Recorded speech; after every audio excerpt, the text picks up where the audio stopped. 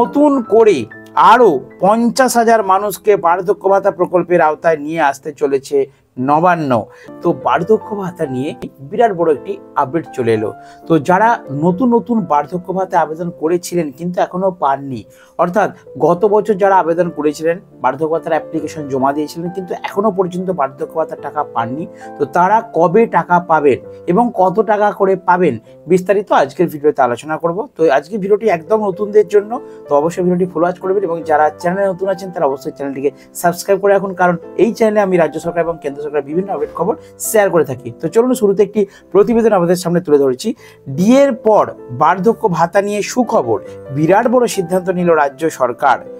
ক্ষমতায় আসার পর থেকে একাধিক জনকল্যাণমূলক প্রকল্পের সূচনা করেছেন মুখ্যমন্ত্রী মমতা বন্দ্যোপাধ্যায়, যার মধ্যে অন্যতম হচ্ছে বার্ধক্য ভাতা। কেন্দ্রের কাছে রাজ্যের বকেয়া প্রায় 1.5 লক্ষ কোটি টাকা। এই অবস্থায় বিভিন্ন জনমুখী প্রকল্প চালিয়ে যেতে যথেষ্ট চাপ বেড়েছে রাজ্যের কোষাগারের উপর। কিন্তু সাধারণ মানুষের পাশে দাঁড়াতে লক্ষ্মীর ভাণ্ডার থেকে শুরু করে বার্ধক্য ভাতা, স্বাস্থ্যসাথীর মতো একাধিক জনকল্যাণমূলক প্রকল্প চালিয়ে যাচ্ছে রাজ্য সরকার। শুধু প্রকল্প চালিয়ে যাওয়া নয়, এবার নতুন করে আরও 50,000 মানুষকে বার্ধক্য ভাতা প্রকল্পের আওতায় নিয়ে আসতে চলেছে নবান্ন। পঞ্চায়েত দপ্তরের মাধ্যমে রাজ্যের প্রায় 20,15,000 বার্ধক্য ভাতা পৌঁছে দেয় মমতা বন্দ্যোপাধ্যায়ের সরকার। প্রতি মাসে 1,000 টাকা করে আর্থিক সহায়তা প্রদান করা হয়। মাসের শুরুতে সরাসরি ব্যাংক অ্যাকাউন্টে এই টাকা পৌঁছে যায়। অর্থাৎ আপনারা যারা যারা বার্ধক্য ভাতা পান তারা কিন্তু জানেন, পরিসংখ্যান অনুযায়ী রাজ্য সরকারের বর্তমানে বাংলার 20,15,000 মানুষ পেয়ে থাকেন। তবে এবার এই প্রকল্পের সুবিধাভোগীদের সংখ্যাটি বাড়ানো হবে, এমনই সিদ্ধান্ত নিয়েছে রাজ্য। এবং সূত্রের খবর অনুযায়ী কত হাজার না 50,000 বার্ধক্য ভাতার নাম কিন্তু নতুন এন্ট্রি করা হবে। তো কবে থেকে এই 50,000 নতুন বার্ধক্য? একদম ডিসেম্বর মাস থেকে। পারফেক্ট খবর নবান্ন নিউজে মুখ্যমন্ত্রী মমতা বন্দ্যোপাধ্যায় জানিয়ে দিয়েছেন যে ডিসেম্বর মাস থেকে, অর্থাৎ ডিসেম্বর মাসের ফার্স্ট উইক থেকেই কিন্তু আপনাদের যারা যারা আবেদন করে রেখেছিলেন তারা কিন্তু এই 50,000 নতুন নাম কিন্তু অ্যালটমেন্ট করা হবে এবং ডিসেম্বর মাসের ফার্স্ট উইক থেকে কিন্তু 50,000 নতুন বার্ধক্য ভাতা দেওয়া হবে। এবার আসা যাক কত টাকা করে পাবেন। দেখুন, বার্ধক্য ভাতার এখনো পর্যন্ত মাসিক প্রকল্পের পরিমাণ হলো 1,000 টাকা। তো আপনারা কিন্তু 1,000 টাকা করেই পাবেন, তবে বেশি দিন পাবেন না, কারণ 2026-এ ভোট ইলেকশন আছে। তো অবশ্যই ভোট ইলেকশনকে টার্গেট করে মমতা বন্দ্যোপাধ্যায়ের সরকার অবশ্যই কিন্তু এই ভাতার অ্যামাউন্ট কিছুটা হলেও বাড়াবে, এটুকু আশা করা যেতে পারে। তবে সেটা যেহেতু অফিসিয়ালিভাবে অ্যানাউন্সমেন্ট হয়নি তাই আপনাদেরকে শেয়ার করতে পারছি না। তো অবশ্যই আপনারা নিশ্চিন্তে থাকুন যে সামনে ডিসেম্বর মাস থেকে কিন্তু আপনাদের অবশ্যই এই বার্ধক্য ভাতার টাকা দেওয়া শুরু হবে। এবার আসা যাক কারা কারা পাবেন। দেখুন, আমাকে অনেকেই বলেছিলেন যে দাদা আমরা গত 24 সালের গত জানুয়ারি কি ফেব্রুয়ারি মাসে আবেদন করেছিলাম।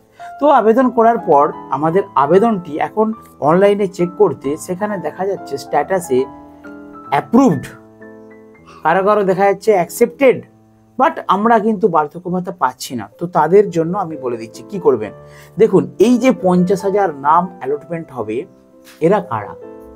এরা হচ্ছে যাদের ডকুমেন্টসগুলি অ্যাকসেপ্টেড দেখাচ্ছে তারাই। আশা করি বুঝতে পেরেছেন।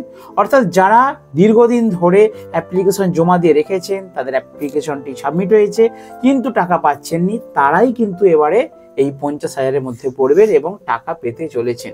তাহলে নতুনদের কি হবে? নতুন বলতে যাদের 60 বছর কমপ্লিট হয়েছে, তারা আবেদন করতে চাইছেন, তাদের কি হবে? তারা কবে থেকে পাবেন? তাদের জন্যই তো খুশির খবরটা আমি দিচ্ছি যে এই পুজোর পরেই, অর্থাৎ ডিসেম্বর মাসেই কিন্তু দুয়ারে সরকার ক্যাম্প চালু হবে। এবং কবে থেকে চালু হবে সেটা আমি সরকারিভাবে যখনই কোনো আপলোড করবে বা জানাবে ওনারা নবান্ন নিউজে, তখন আপনাদেরকে আমি ভিডিও বানিয়ে জানিয়ে দেবো যে এই তারিখ থেকে এক্স্যাক্টলি লক্ষ্মীর ভাণ্ডার এবং বার্ধক্য ভাতা, বিধবা ভাতা সমস্ত ফর্ম টর্ম জমা হবে, অর্থাৎ দুয়ারে সরকার ক্যাম্প চালু হবে। আমি কিন্তু আপনাদেরকে ডেটটা জানিয়ে দেবো, ঠিক আছে? তো বার্ধক্য ভাতায় নতুন যারা আছেন তারা কি করবেন?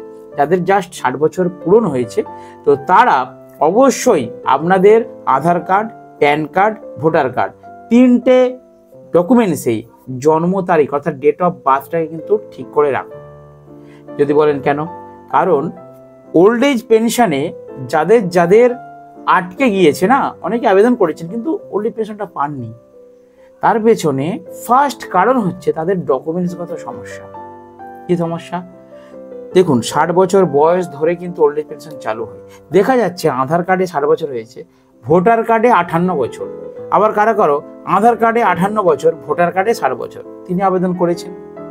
তো ডকুমেন্টসে যখন ডেট অফ বার্থের মিসম্যাচ হচ্ছে, সেই জন্য আপনাদের ডকুমেন্টসটা ভেরিফাই করতে কিন্তু সমস্যা হয়ে গেছে, এবং সেই জন্য আপনাদের কিন্তু অ্যাকসেপ্টেড হয়েও বার্ধক্য ভাতা পাচ্ছেন না, বার্ধক্য ভাতা রিজেক্ট হয়ে গেছে। এইটা সঠিক কারণ, আপনাদেরকে সেটা জানতে হবে, আমি সেটা আপনাদেরকে জানিয়ে দিলাম। আশা করি বুঝতে পেরেছেন।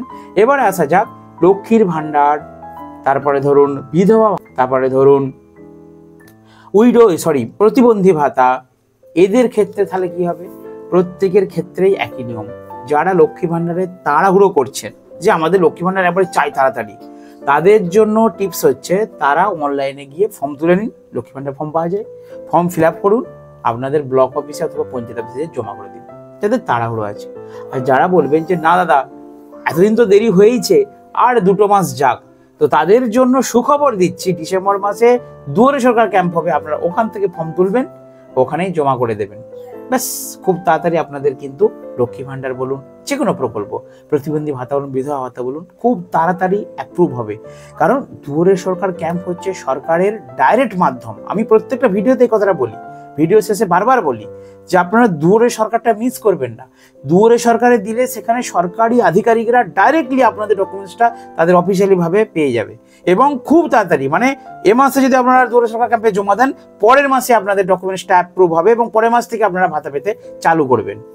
এই জন্য আপনাদেরকে বলছি যে বেকার আর ওই বিডিও অফিসে, পঞ্চায়েত অফিসে লাইন দিয়ে ওখানে গিয়ে জমা দেবেন না। ওখানে গেলে কোথায় চাপা রয়ে যাবে, খুঁজে পাওয়া যাবে না, কি হচ্ছে না হচ্ছে জানতে পারবেন না।